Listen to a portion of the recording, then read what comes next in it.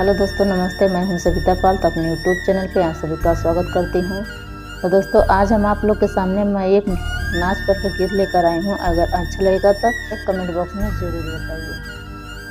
गहरी निदिया में जगाए दिल दुखाया बालमा, गहरी निदिया में जगाया दिल दुखाया बालमा।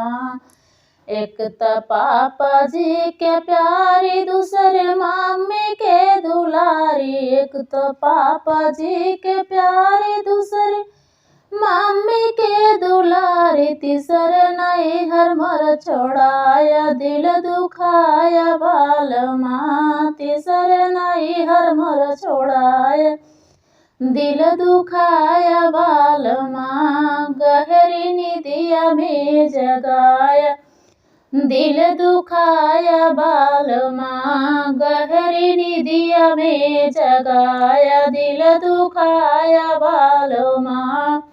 चाचा जी के प्यारी, दूसरे चाची के दुलारी। एक तो चाचा जी के प्यारी, दूसरे चाची के दुलारी। तीसरे नहीं हर मोर छोड़ाया दिल दुखाया बालमा। तीसरे नहीं हर मोर छोड़ाया दिल दुखाया बालमा।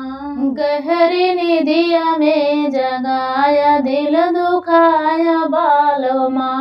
गहरी निदिया में जगाया दिल दुखाया बालमा।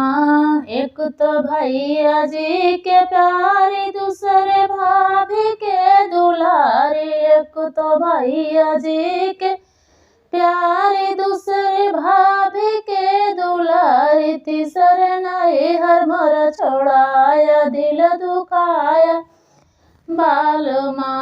तीसरे नहीं हर मर छोड़ाया दिल दुखाया बालमा।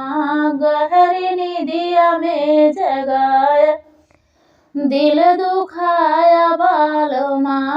गहरी निदिया में जगाया दिल दुखाया बालमा। जीजा जी के प्यारी, दूसरे दीदी के दुलारी। एक तो जीजा जी के प्यारी, दूसरे दीदी के दुलारी। तीसरे नहीं हर मर छोड़ाया दिल दुखाया बालमा।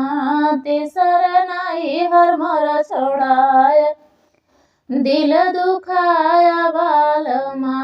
गहरी निदिया में जगाया दिल दुखाया बालमा। गहरी निदिया में जगाया दिल दुखाया बालमा।